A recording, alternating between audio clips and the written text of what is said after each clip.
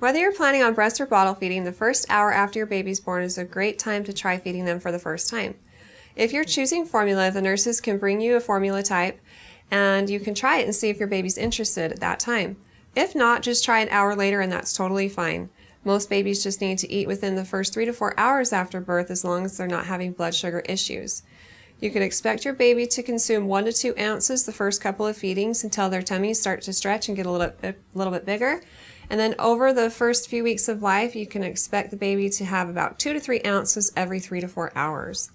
Formula-fed babies typically stay more content and may sleep a little bit better in between feedings. But if your baby's wanting to sleep longer than 4 to 5 hours at a time, you should probably wake him or her up and offer a feeding just to make sure your baby's getting enough to drink. And as long as you're seeing at least 6 wet diapers a day and your baby's gaining weight at a consistent rate that's okay by the doctor, then you and your baby are doing a great job.